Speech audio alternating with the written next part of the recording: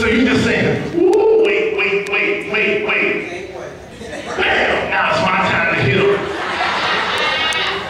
I got to learn how to resist the playing back all these sarcastic and witty things that I'm going to say to them when they stop.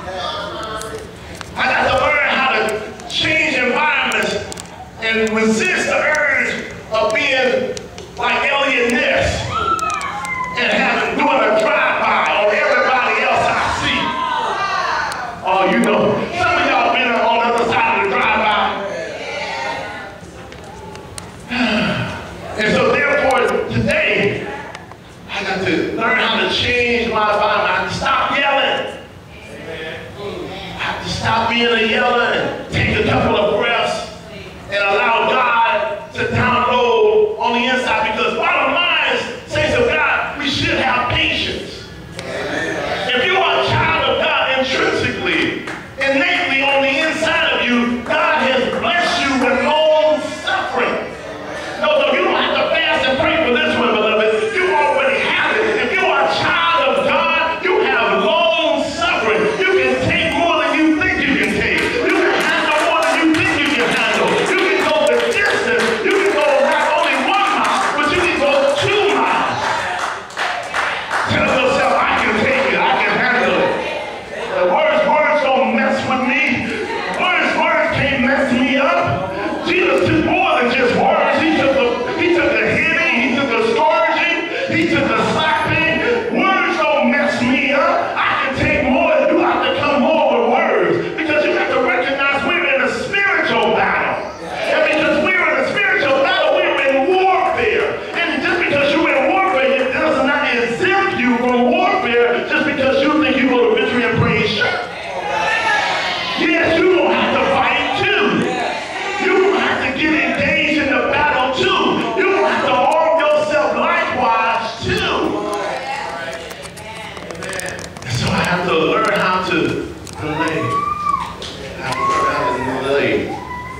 But what is the step? This next step that we have to require is patience.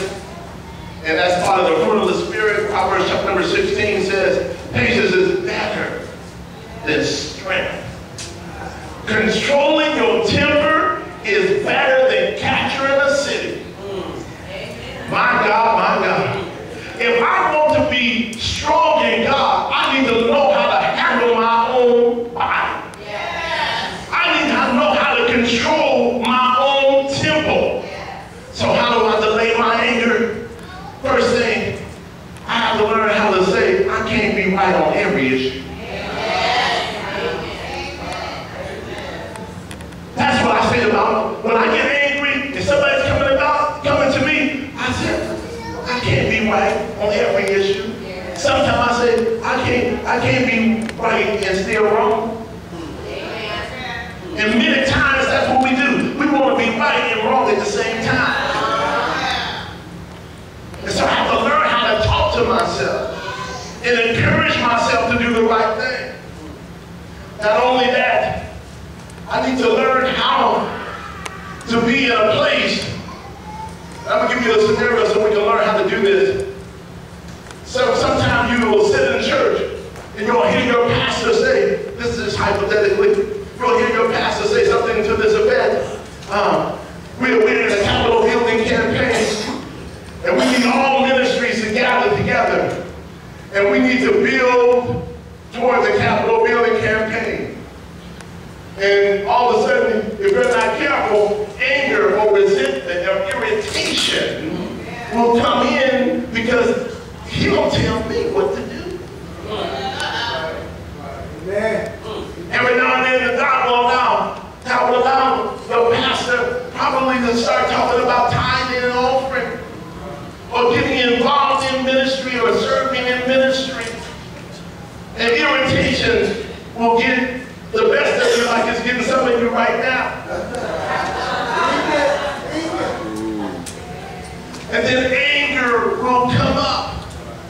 And you will say, I'm tired of him talking about that. But you know that the way that you delay that is that you start to pray.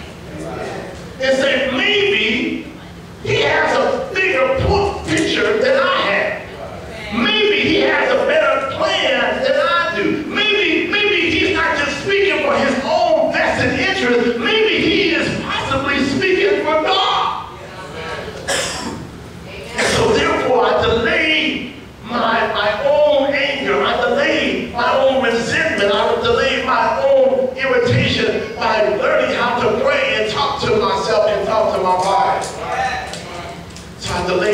response, so my response will be honoring God. I delayed my response, so my response will be honoring God. The third action we need to take is this. It's the key. It's, maybe you may put an asterisk by this, is that you need to, and I need to, learn that anger is only a secondary emotion. Amen. It's not the root. Amen. It's always a secondary emotion. I use this analogy, and I hope you can follow it, is that when I have a son named Joshua, and every now and then I tell him to go and make up his bed in his room. And what he does, he makes up the bed, but it's all these lumps in it. And I recognize that there's something underneath the cover that he needs to straighten out so that the bed can be appropriate. Oh, y'all missed that analogy. I'll leave you that with a middle.